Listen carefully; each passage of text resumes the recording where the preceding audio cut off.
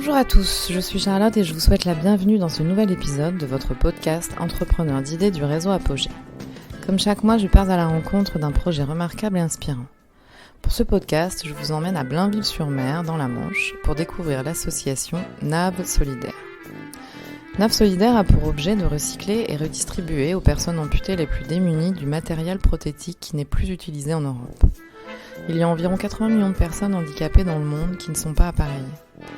NAV Solidaire met en place une collecte de prothèses en France. Ils acheminent les prothèses en Afrique dans les centres de réadaptation par la voile, afin de réduire leur impact environnemental.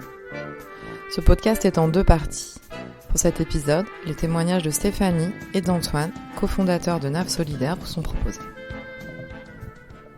Alors, moi c'est Stéphanie, donc je suis fondatrice et secrétaire de l'association NAV Solidaire. Bon, en fait. Alors, moi du coup, amie à la base d'Antoine, et moi j'étais dans le social, plus ou moins grande voyageuse, parce que j'ai quand même pas mal voyagé, et éducatrice. Et moi c'est Antoine, je suis cofondateur de ce projet et à la fois président. Qu'est-ce qui a fait que maintenant vous vous retrouvez au sein d'une association à porter ce projet ? Et tout d'abord, on était 5 amis, et c'est à la découverte du handicap de Antoine, donc il s'est fait amputer il y a 5 ans maintenant, à la suite d'une longue maladie, un ostéosarcome, un cancer du genou. Et du coup, voilà, il s'est fait amputer. Et en fait, on a un peu découvert le handicap à ce moment-là. Et on a aussi appris que sa prothèse, donc une personne amputée en France, avait accès à du matériel prothétique et qui était remboursé par la sécurité sociale. Et donc, Antoine a eu 2 prothèses, une mécanique et une électrique. Et son prothésiste lui a dit, tiens, dans 5 ans, tu auras un renouvellement de prothèse et dû à un délai de garantie. Donc, en fait, son électrique a beaucoup marché, on va dire, mais sa mécanique un peu moins, parce qu'il l'utilise pour aller à la baignade ou si elle part en révision, son électrique. Donc, du coup, sa mécanique est pratiquement toute neuve. Donc, dans peu de temps, on va lui en redonner une nouvelle. Donc, en fait, l'idée est partie de ça, en se disant, en fait, il y a peut-être beaucoup de matériel en France qui va rester dans les placards ou qui va peut-être même partir à la déchetterie. Et donc, l'idée de l'association est venue à partir de ce moment-là, la découverte du handicap d'Antoine et du matériel prothétique. D'accord. L'idée, c'était aussi d'amener les prothèses à la voile, parce qu'on est un peu tous le pied marin, on va dire. Et en plus, on a la fibre écolo. Donc voilà, l'idée est vraiment partie du constat du handicap et de notre parcours à tous. C'est ça, donc en fait moi déjà à la base, depuis une quinzaine d'années, j'ai une vie de saisonnier. Donc j'étais saisonnier, ce qui nous a permis de travailler un peu là où on avait envie. Et donc en fait c'est un peu nos points communs qu'on a tous dans les fondateurs de l'association, c'est qu'on avait cette vie-là, ce qui nous a permis aussi de voyager beaucoup. Ouais. Le fait d'être saisonnier, de ne pas avoir un emploi fixe. Et donc du coup on a eu cette petite folie pendant une dizaine d'années chacun, et c'est notre point commun, c'est notre force aussi, c'est ce qui nous a rendu vachement plus social, de comprendre un peu ce qui se passe ailleurs, autre part qu'en France. On avait tous rendu compte que il suffisait de pas non plus aller très très loin pour se rendre compte que on avait beaucoup de chance en France avec notre service de santé, on manque de pas grand chose au final, alors que très rapidement, donc on a été sensibilisé à ça le fait d'avoir voyagé, d'avoir vu du pays, d'avoir vu d'autres cultures, et ça c'était, je pense, le point fort des 5 amis de base, de fondateurs de ce projet. Tout à fait, oui, ça vous a permis une grande ouverture d'esprit. Exactement. Et de pouvoir faire des constats au-delà finalement du territoire français. Et de pouvoir amener en fait cette idée tout doucement à germer et à se construire un petit peu dans vos esprits. Tout à fait, je pense que c'est ce qui nous a fait la force de pouvoir monter un projet ici qui prend toute sa forme, parce que l'objectif final c'est comme à l'étranger, ça peut être l'île de la Dominique, comme c'est le pays le plus loin, ou sur la côte ouest africaine.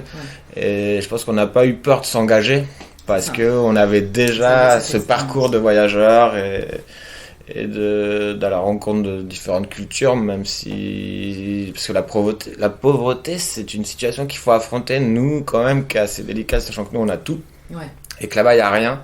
Et je pense qu'on a eu cette force, le fait d'avoir fait cette expérience déjà auparavant, chacun dans notre côté. Et donc, du coup... Vous pouviez l'appréhender plus facilement. Plus facilement.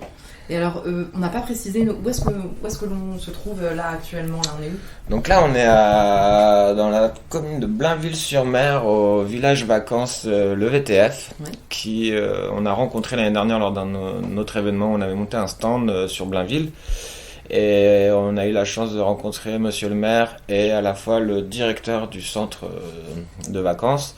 Et donc du coup, qu'on apprécié notre projet et qui se sont dit, on va essayer de faire en sorte de vous trouver un local. Et très rapidement, le directeur a dit, moi j'ai ce local-là, anciennement l'appartement du gardien, du camping aussi, et le bloc sanitaire. Ok. Voilà. Ah oui, d'accord. Donc ils ont accepté que nous on en fasse un bureau, un lieu de stockage et se servir du bloc sanitaire pour en faire notre atelier. D'accord.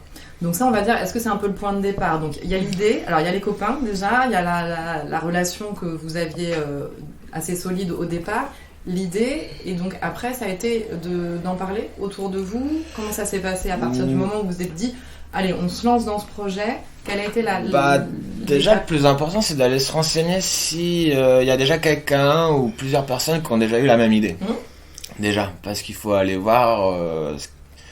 Ok, on a une idée, peut-être qu'il y a des gens qui l'ont déjà fait, peut-être on va pouvoir reproduire en amenant notre touche personnelle, parce qu'on a tous des idées et créateurs aussi, et innovatrices ou pas. Et donc du coup, forcément, tout de suite, on s'est tous mis chacun de notre côté sur notre ordinateur, Google, et puis amputé, situation des personnes amputées dans le monde... le milieu orthopédique, comment ça se passe, où est-ce qu'on trouve des prothèses, qui les fabrique, donc forcément c'est un peu...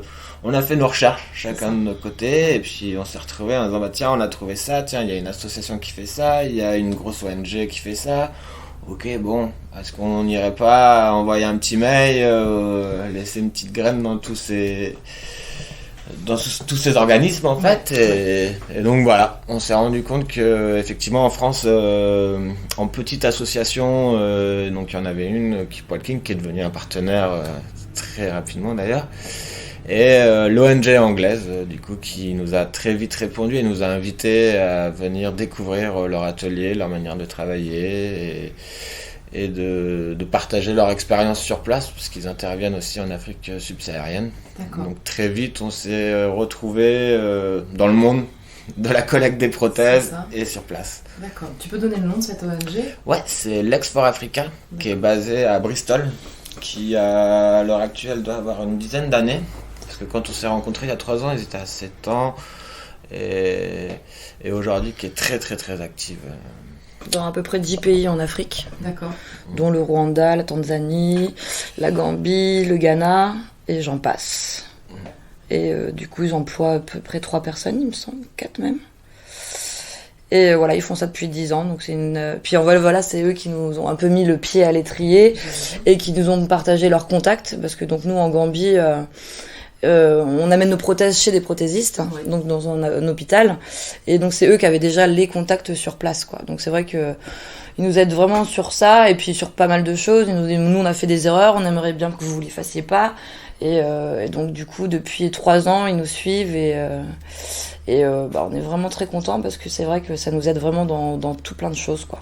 Oui, c'est ça, parce qu'eux ont déjà l'expérience c'est ça. De quelques années. Je pense qu'effectivement, comme je disais tout à l'heure, nous on a déjà voyagé, on savait, même si tu as un petit peu de langage de politesse ou autre, à partir du moment que tu respectes la politesse et tout ça, après ça coule tout seul. Et puis effectivement, il y a aussi les smartphones, maintenant on peut vite traduire quelque chose assez rapidement, surtout qu'au début c'est de la prise de contact qui se fait par mail, donc en fait on peut très vite céder des traducteurs, correcteurs, traducteurs, donc en fait c'est assez facile. Ouais, c'est presque pas un frein finalement de pouvoir se dire allez on s'associe à l'étranger, surtout que là votre idée c'était vraiment de pouvoir effectivement travailler au niveau international, donc c'était presque nécessaire d'avoir ce partenaire. À la base on ne recherchait pas forcément l'international. Si, pour la redistribution des prothèses, si, clairement, parce que en France, on manque pas de prothèses. Ouais. Même si dans les dans les îles françaises, ça peut être un peu plus compliqué parce que les orthoprothésistes sont difficiles à avoir et il y a que beaucoup de monde. C'est un autre sujet. Et donc du coup, on s'est quand même dit, de toute façon, on ne perd rien. On se dit, on envoie un mail, pas de réponse. C'est ça. Et effectivement, les premiers à nous avoir répondu, c'est eux. Et qui nous ont invités. Donc au final, même s'ils nous avaient pas répondu, on n'avait rien à perdre, vu qu'au final, nous, on voulait juste aller à la pêche à l'information et savoir est-ce que ça vaut le coup ou pas d'aller à l'aboutissement de ce projet. On n'avait pas encore créé l'association, on n'avait pas les statuts associatifs, ni quoi que ce soit. On avait l'idée, mais il fallait qu'on ait un projet bien défini. C'est ça. Parce qu'en fait, on peut vite s'éparpiller à la création d'une association, on en perd ses objectifs. Et on ne sait plus quel est vraiment l'objectif parce qu'on a mis toutes les idées, mais on n'a pas été au bout de la concrétisation de l'objectif principal pour lequel on va créer l'association. Et après cette rencontre donc avec l'Ex-For Africa, on a tout de suite, on a embarqué tout de suite sur le ferry pour aller à Bristol. Ouais. Et de là, ça a été une super rencontre, super feeling. Ils ont été très rassurants, et ils ont eu confiance en nous d'entrée de jeu, donc c'est eu cette chance qu'ils ont dit, nous écoutez les jeunes, le jour où vous avez créé votre association, vous revenez vers nous, et de là on fera une première expérience. Et donc du coup ils ont vraiment pas eu peur, c'est incroyable. Ouais, c'est top. Ouais. Et puis ce qui leur a plu aussi, je pense que c'est que nous on voulait faire le transport à la voile. C'est ça, et ça c'était super, justement, c'est le côté qui eux leur ont plu.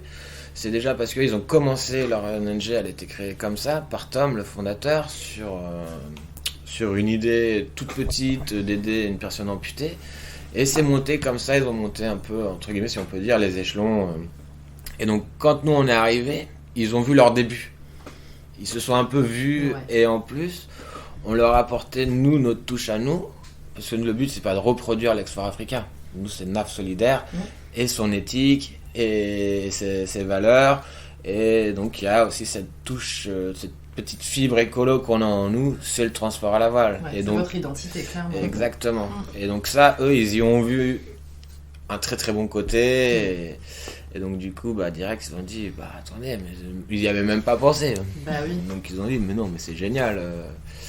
Et donc du coup, forcément, ils ont adhéré complètement. Ils ont adhéré complètement aux deux objectifs, qui est de collecter les prothèses et de les redistribuer à titre gratuit au centre hospitalier et faire le transport au maximum en réduisant l'empreinte carbone.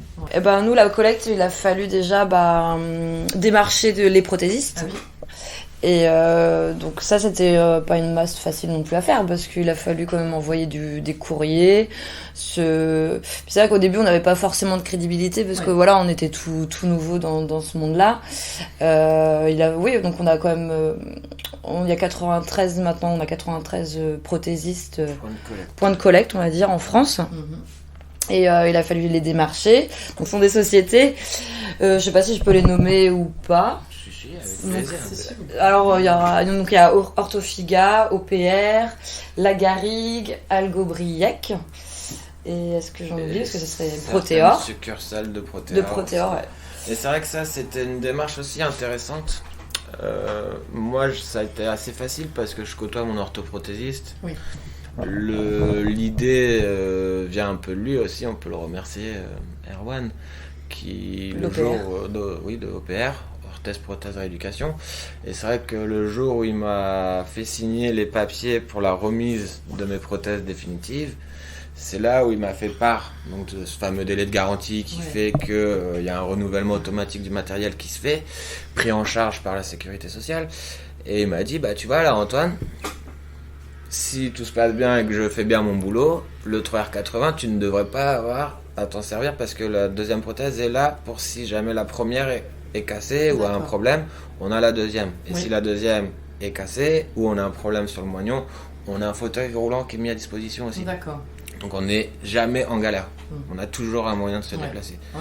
Et donc du coup là il m'a dit tu vois quand tu auras le renouvellement ces prothèses tu les garderas dans ton placard et peut-être là il y a un projet à faire. Donc l'idée est venue de ça surtout en fait. De ça, Et donc du coup pour revenir au relationnel, donc du coup moi j'avais créé cette relation avec mon orthoprothésiste qui est quand même c'est hyper agréable, elle est vraiment hyper intéressante et en plus pour le bien-être, parce que c'est lui qui m'a fait remarcher entre guillemets. Hein. Et donc du coup je me suis dit tiens, je vais aller démarcher d'autres orthoprothésistes en me disant peut-être ils sont tous comme Erwan dans cette philosophie de parce que c'est eux qui créent les prothèses en soi. Et de savoir que ton travail il finit à la poubelle ou qui est plus utilisé, c'est toi qui crée, donc du coup oui, ça peut avoir du sens effectivement. Complètement. Et bien du coup on a même apporté une réponse à beaucoup de patients amputés qui posaient cette question à leur orthoprothésiste, c'est qu'est-ce que je fais de ma prothèse une fois qu'elle est renouvelée. Et du coup les prothésistes n'avaient pas forcément de réponse à donner à leurs patients. Et aujourd'hui, on apporte cette réponse. Attendez, elle finira forcément à la poubelle, mais on va peut-être l'espoir de lui donner une seconde vie. Et c'est ça qui est intéressant. Et donc du coup, c'est ça, convaincre les orthoprothésistes, c'est comme le plaisancier. S'il a pas envie, il a pas envie. S'il a envie, en soi, il met une petite affiche qui parle de la collecte et de notre démarche. Bientôt la BD, qui remplacera par image, j'espère, dans la salle d'attente. Et le tour est joué en fait. Et donc ça, vous n'êtes pas facilité la tâche en partant sur ce type de transport. Est-ce que là, c'était finalement la plus grosse problématique à gérer, c'est de pouvoir effectivement acheminer ces prothèses C'est pas vraiment une problématique parce que le chemin est intéressant, parce que c'est du relationnel. C'est un milieu que nous on aime bien, on a tous la petite fibre du bateau et on adore ça. Donc en soi, moi je le prends vraiment pour une jolie mission, vraiment une belle mission et de se dire faut faire quoi, faut aller traîner les ports dans les réseaux de bateaux, se faire connaître, discuter, rencontrer les gens, les plaisanciers, donc du coup c'est une partie de plaisir en fait. Et après c'est de les convaincre. C'est vrai qu'on a de la chance qu'on se rend compte que notre projet en fait c'est assez facile. Les gens soit ils sont pas intéressés parce qu'ils ont le droit, c'est comme ça. Ou alors c'est direct, non mais nous on veut vous aider, ça correspond vraiment à la personne qui veut voyager aujourd'hui. Si elle peut y amener une petite touche de solidarité, et elle prend. Et en fait nous c'est assez facile, c'est un petit peu de place dans le bateau, nous on vient, on charge le bateau, on s'occupe des procédures douanières, ça c'est la partie la plus chiante, mais on a la chance encore une fois d'être en France et que le service des douanes simplifie les démarches pour les petites associations comme la nôtre, donc du coup on a vraiment de la chance là-dessus aussi.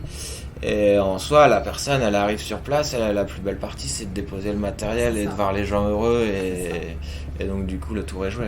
Ouais, et comme ça, vous les impliquez, vous sensibilisez au sujet aussi du handicap. On en reparlera peut-être après par rapport à toute cette sensibilisation que vous mettez en place. Et eux, ils rendent leur voyage avec une petite touche d'humanitaire. Moi, j'aime pas trop le mot humanitaire, mais de solidarité. Ouais, solidarité, c'est très chouette. Et ce qui est intéressant dans votre projet, c'est ce qu'on évoquait tout à l'heure, c'est ce maillage que vous avez réussi à tisser entre différents acteurs, que ce soit une ONG, vous localement aussi, avec l'intervention du centre de vacances qui vous héberge, avec la municipalité. C'est ça, la municipalité aussi s'implique dans le projet. C'est eux qui ont communiqué sur nous, sur les gens d'ici, et du coup après ils ont réussi à convaincre les gens d'ici assez facilement. Du coup, encore une fois, on voit que notre projet touche les gens. C'est ça. Et donc du coup c'est Alan du VTF qui direct nous a rencontrés et a dit moi j'ai ça, si ça vous apprends-nous à laisser, et nous on a pris quoi. J'espère que cet épisode saura vous inspirer. J'espère que cet épisode saura vous inspirer. Merci beaucoup à toute l'équipe de NAF Solidaire. Merci beaucoup à toute l'équipe de NAF Solidaire pour leur engagement. Les éléments pertinents que j'ai retenus. Un projet impact social qui réduit son impact carbone. La construction d'un véritable maillage solidaire au niveau local, international. L'importance de définir le champ d'action de chaque partie prenante pour ne pas empiéter sur les actions des partenaires. Vous retrouvez tous les épisodes sur plateforme d'habitude. N'hésitez pas à vous abonner. Besoin de valoriser votre projet par un podcast. Vous pouvez me contacter par mail charlotte.apogee-ess.org. À très bientôt.